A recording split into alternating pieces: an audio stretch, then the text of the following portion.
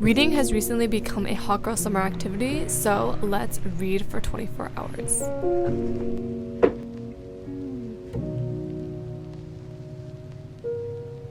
She's so lovely. She's so lovely. She's so lovely. Good morning!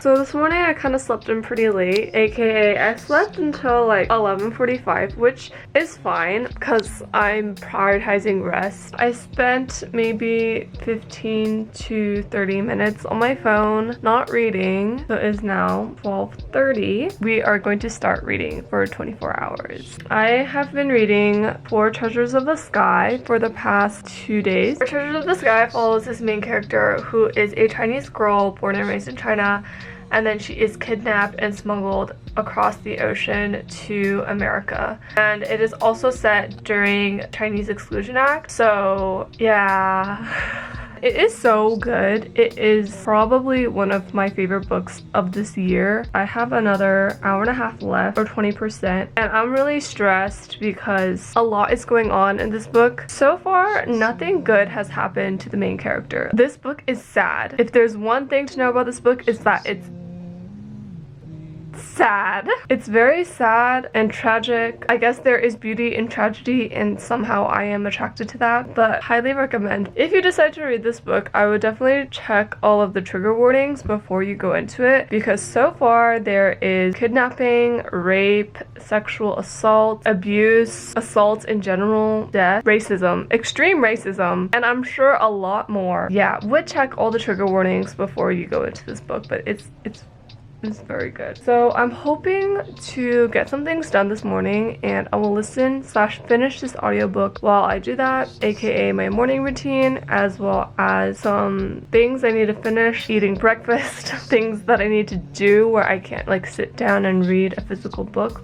I will be listening to my audiobook, and I'm very, very excited for that. Okay, let's go.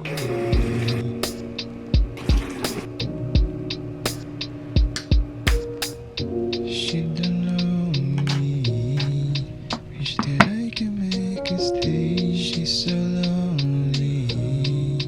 Why she gotta go away?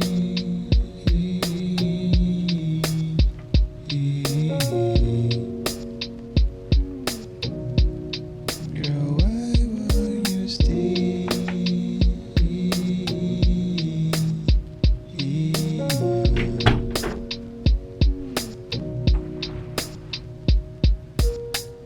She's so lovely. She's so lovely. Y'all?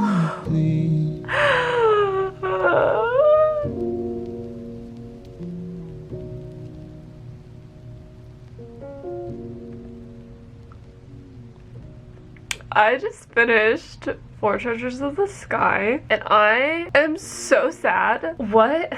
Okay, I've always said that the saddest book that I've ever read is A Little Life, and I don't think that this is sadder than A Little Life, but it feels the same, or it kind of feels worse, because if you've read A Little Life, you know like the things that happen in A Little Life are incredibly sad and painful, but also it doesn't happen. But at the same time, you understand that A Little Life is fictional, and yes, those things could happen in real life to potentially like one very specific person, but I think that book was written specifically to create pain for the readers. I also don't really like A Little Life that much because that's the impression it gives, but this book, Four Treasures of the Sky, is so sad. It's worse because it's true, like it's real and it happened, and like I keep referencing other books, like for example, The Poppy War is a painful book, but also The Poppy War is a little bit better because it's not just about that horrible chapter or scene that makes the whole book sad. That is derived from historical text, and that's what makes that book specifically sad, but at least there's fantasy and other things going on to make it a little bit so that that's not the focus of the book. But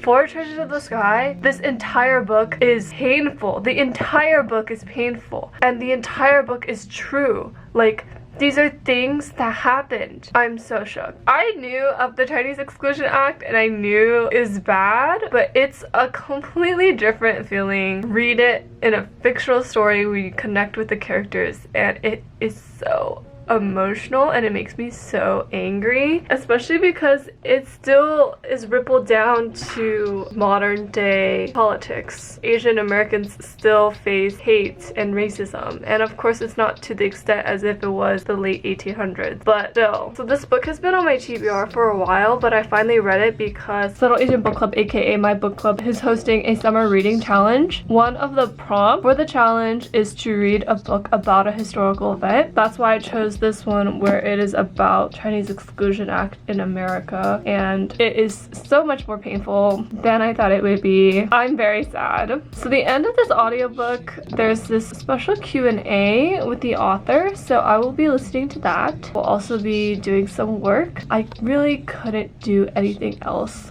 while listening to the later half of this audiobook because it was so sad and I just had to lay down and absorb it. I definitely 5 out of 5 stars. I don't have a tripod, so this camera has been just like sitting on various household items. She's so lovely. She's so lovely. Okay, I am still working on my computer. I just took a break to like take a stroll and not feel stiff. But I finished the interview, or like the rest of the audiobook for Treasures of the Sky. I just started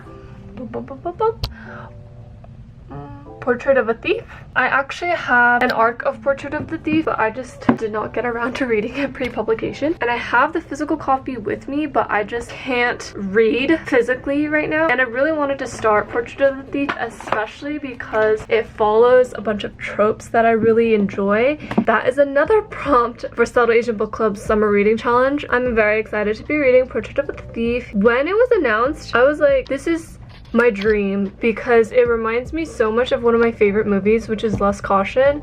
I just love a good heist book. A heist book and a heist film, all of it, I'm obsessed. Hopefully I'll be done with this soon and I will be able to finally like sit down and actually read a physical book. But in the meantime, I will be listening to my audiobook. Outfit of the day.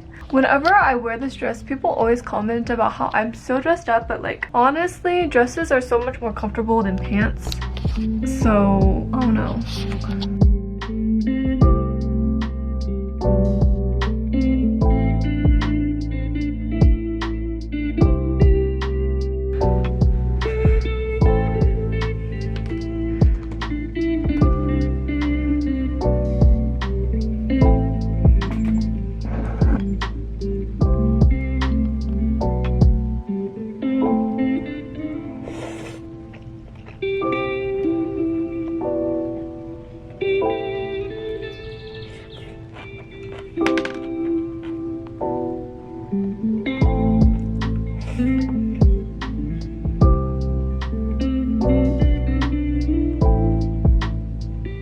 I started Portrait of the Thief's audiobook, but then I realized that I couldn't tell the difference between any of the characters because I wasn't really paying attention. So now I'm rereading it, or rereading the few minutes of the audiobook that I read again on the physical copy, and still trying to multitask, but at least now I actually have to focus.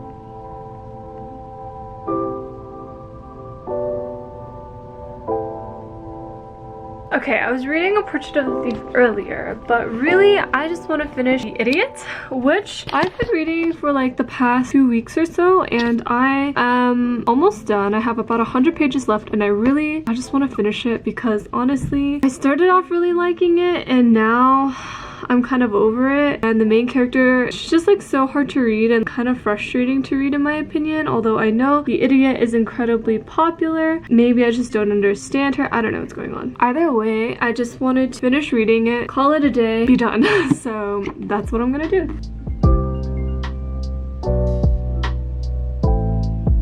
I'm filming a reading vlog, so I'm supposed to be reading.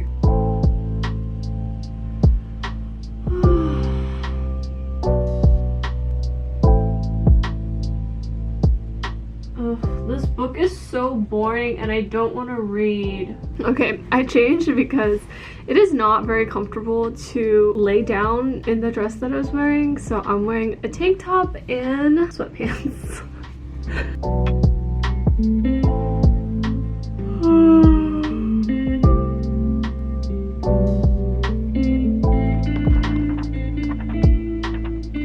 This main character is terribly annoying.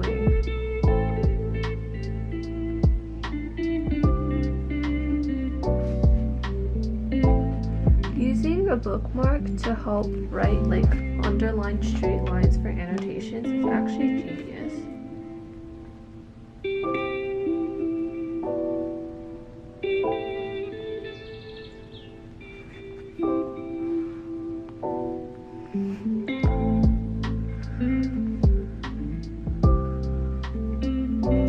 I finally finished The Idiot, which took far too long in my opinion. The last 100 pages were the longest 100 pages that I have ever read. I don't know how I feel about it. Honestly, was not a big fan and I'm excited to move on, but I also don't think I understood it very well. So as I take a break from reading, these were really the longest 100 pages ever and I keep having to lift my camera because I don't have a tripod. I'm very hungry and I don't really want to read anymore, mostly because I didn't like this book. Okay, it's not that I didn't like it, it's that I thought it was okay and I felt like it was very overhyped. There were some really good lines. There's a 5-star review on Goodreads that says annoying boring girl representation and 4 exclamation points, which yes, that is exactly this book and I'm over it. She is so annoying. I don't like her.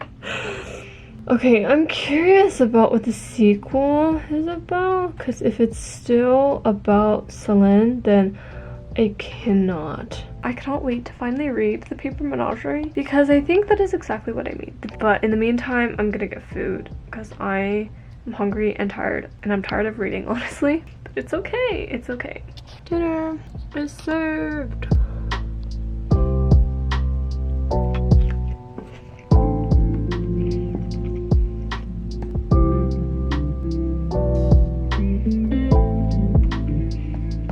The Idiot was so rough. Ow! I'm incredibly excited for this. This is The Paper Menagerie and Other Stories by Ken Liu. It is also Subtle Asian Book Club's August Book of the Month. I already read like half of it about a year ago, I would say, and I really enjoyed it. I don't really remember why I put it down, but I'm excited to reread from the beginning because I really liked all the earlier stories that I read. Oh, I'm back to annotating too.